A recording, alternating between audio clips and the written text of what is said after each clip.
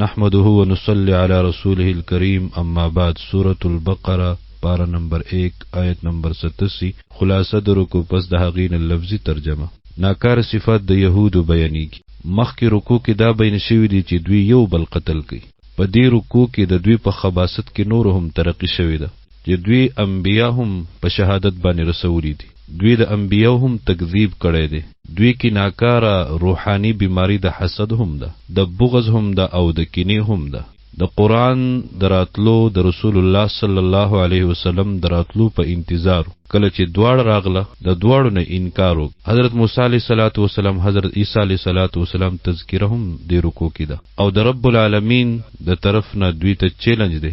دوی دعوه ده چې جنت ته به منږ اهل حق یو، نو هغې ته چیلنج دی. اعوذ بالله من الشیطان الرجیم بسم الله الرحمن الرحیم ولقد آتینا یقینا ورکړو منګه موسی الکتاب حضرت موسی علیه الصلاۃ والسلام ته تورات وقفینا او پر لپسې ملیګلیو من بعد ورستو دغه موسی علیه الصلاۃ والسلام نا بالرسل ډېر رسولان. مفسرین لیکي 4,000 پیغمبران رب العالمین دغه بنی اسرائیل ته رالیږلي. هغوی به د تورات د احکام تعلیم ورکاو، د هغې تبلیغ به کاو او د دین د حضرت موسی علیه الصلاۃ والسلام تجدید به. بنی اسرائیلو کې اخرنی پیغمبر هغه حضرت عیسی علیه الصلاۃ والسلام.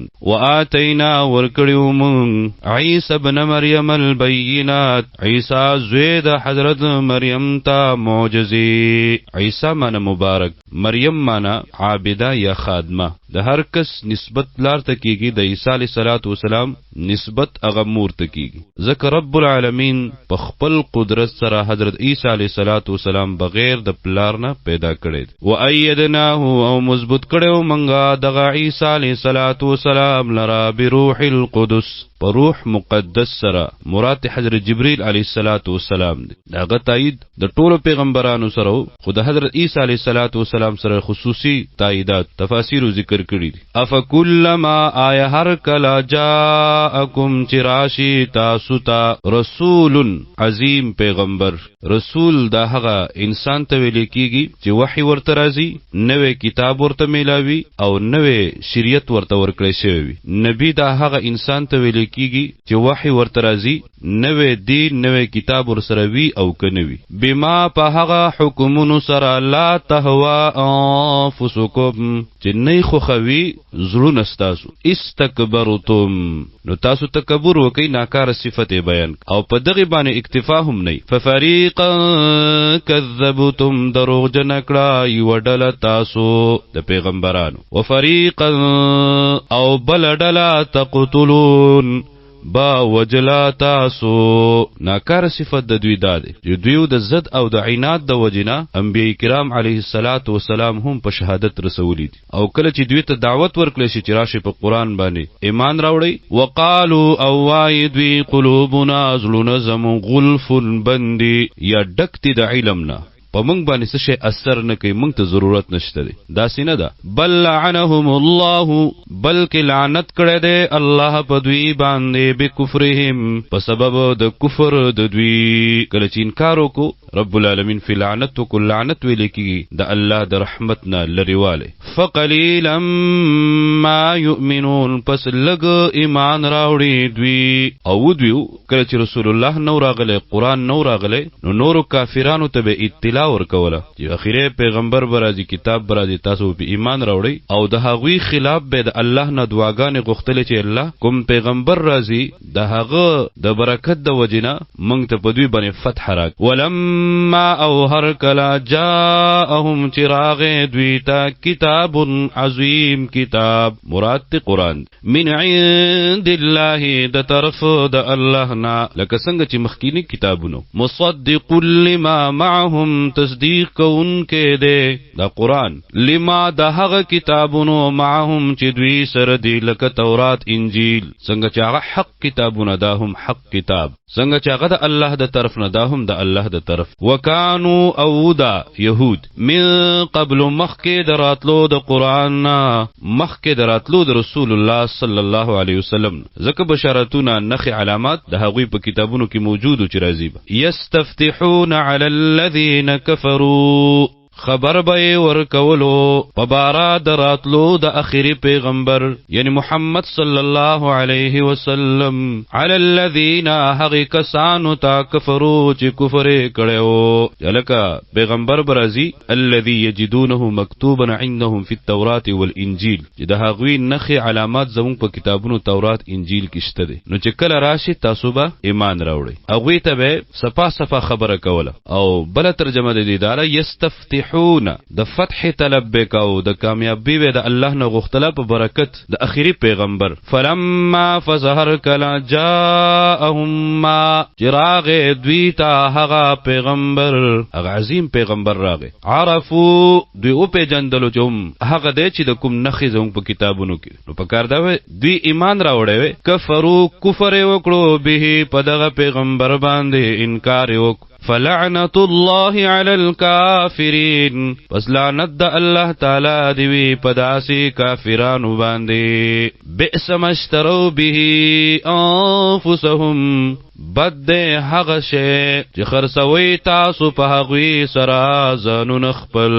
هغه سدي ای یکفرو چې کفر کوي دوی بما په هغه کتاب باندې انزل الله چې الله نازل کړي دی بغین د وجه د زد عناد حسد او کینه چې د بنی اسرائیلو کې اولی رانغه دو عظیم نعمتونه الله د بنی اسرائیل ته ورکړي انبیا په دوی کې راتله بادشاہان په پدوی کې راتله دواړه ته الله واخیستل اي ينزل الله دا چې را لېږي رب العالمین من فضله د فضل خپلنا على من يشاء په هغه چا باندې چې خوښوي شي من عباده د بندگانو خپلنا چاته د اعتراض حق نشته دی دا د الله فضل چې نبوت او رسالت چاته ورک فباءوا پس اختشوا بغضب پیو غضب سرا علی غضب پاس د بل غضب اول غضب انکار د حضرت عیسی علیہ السلام دویم غضب انکار د رسول الله وللکافرین او د پارا د کافرانو عذاب مهین عذاب سپکون کې دی و اذا قیل کل چې ویل شي لهم دویتا امنو ایمان راوړې بما په هغه کتاب باندې انزل الله چې الله نازل کړي دی قالوا وایدوی نؤمنو ایمان راوړو من بما په هغه کتابونو انزل علینا چې نازل کړي شوی دی مونږ ته ويکفرون او انکار کوي کفر کوي بما د هغه کتابونو وراءه چې علاوه د دغو ندي وهو الحق حال داده چې دا حق دی دا قرآن مصدقا تصدیق کوونکی دی لما د هغه کتابونو معهم چې دوی سره دي نو که تاسو په تورات انجیل باندې ایمان وي په قرآن به ایمان راوړئ هغه هم د الله د طرف نه او دا هم د الله د طرف نه الزامي جواب دی هغوی ته که تاسو وایي موږ تورات منو نو تورات کې خو کله تاسو ته د اجازت میلاو کړی شوی دی چې تاسو انبیا په شهادت باندې ورسوي قل ورته اوه حبیب فلم تقتلون پس اولی وجل تاسو انبیاء الله انبیاء د الله من قبل مخکې د دینه ان کنتم مؤمنین کچارو تاسو یې مؤمنان بل کتاب باندې په خپل کتاب هم ایمان وي نو بیا تاسو ولی انبیا په شهادت رسول بل الزامی جواب ولقد او یقینا جاءکم راغلو تاسو ته موسی حضرت موسی علیہ الصلوۃ والسلام بالبينات فواضح دلائل و معجزات سرا ثم اتخذتم العجل بیا اونیولو تاسو خلرا په خدای توب سرا من بعده پس تطلو د حضرت موسی علیہ الصلوۃ والسلام نا وانتم ظالمون او تاسو ظالمان مشرکین. نو په کوم کتاب کې لیکلي چې رزق عبادت وکي؟ تورات کې شته دی. واذ اخذنا او هر کله چې واخیستل من میثاقکم مضبوط لوز تاسونا ورفعنا او چت کړو من فوقکم پاس دستاسو الطور غرد تور او ویل من خذو واخلی ونسی ما هغه احکام لرا آتیناکم چې من درکو تاسو ته بقوت فقوت سرا واسمعوا او واوری په قبل ول سرا قالوا ویل دوی سمعنا واورد من وعصینا او نافرمانی کو من په ظاهر واورد من باطن کې نافرمانی کو من په ظاهر باندې جی بالکل منو چې خلاړی نه منو. نو دا درته په کوم کتاب کې لیکل شوی و اشربوا فی قلوبهم العجل او ګډوډ کړی شو پرونو د دوی کې العجل محبت دسخي بکفرهم په سبب د کفر د دوی باندې. دا کوم کارونه چې تاسو کوئ دا خو په یو کتاب کې تاسو ته د اجازت نه درکړی شوی. نو که تورات باندې تاسو ایمان وې دام اولی کول، که په تورات باندې تاسو ایمان وې بیا قرآن اولی نه منئ، اخیرنی پیغمبر اولی نه منئ. قل ورته وای ای حبیب صلی الله علیه وسلم بئس ما ډیر بد دی هغه یامرکم به چې حکم درکوي تاسو ته په هغې سره ایمانکم ایمان ستاسو، هغه انکار د اخري رسول نه دی، انکار د قرآن نه دی، قتل د انبیو دی، تکذیب د انبیو دی، عبادت د غیر الله دی، نافرمانی کول. ان کنتم مؤمنین کچری تاسو مؤمنان. او دوی ته چیلنج دی، دعوه د دوی دادا چې جنت ته صرف منځو. نو چې کله تاسو په خپل خبره مضبوطی بیا د الله نه مرګ وغواړئ. دوی په ظاهر باندې ویل شو چې موږ د الله نه مرګ غواړو، خو چون کې دوی ته پته وا چې دا چیلنج د الله د طرف نه. مفسرین لیکي چې دوی تمنا د مرګ کړي الله به ټول هلاک کړي وي. قول ورته وای حبیب كانت لكم الدار الاخره کچریوی استاسو د پارا کور د اخرت جنت عند الله پنځ الله باندې خالصه من دون الناس خالص د نور خلقنا فتمنوا الموت نو غړی مرګ لرا ان كنتم صادقين کچری تاسو رښتونی خپل دعوت ولن يتمنوه هچری وبن غړی مرګ لرا ابدا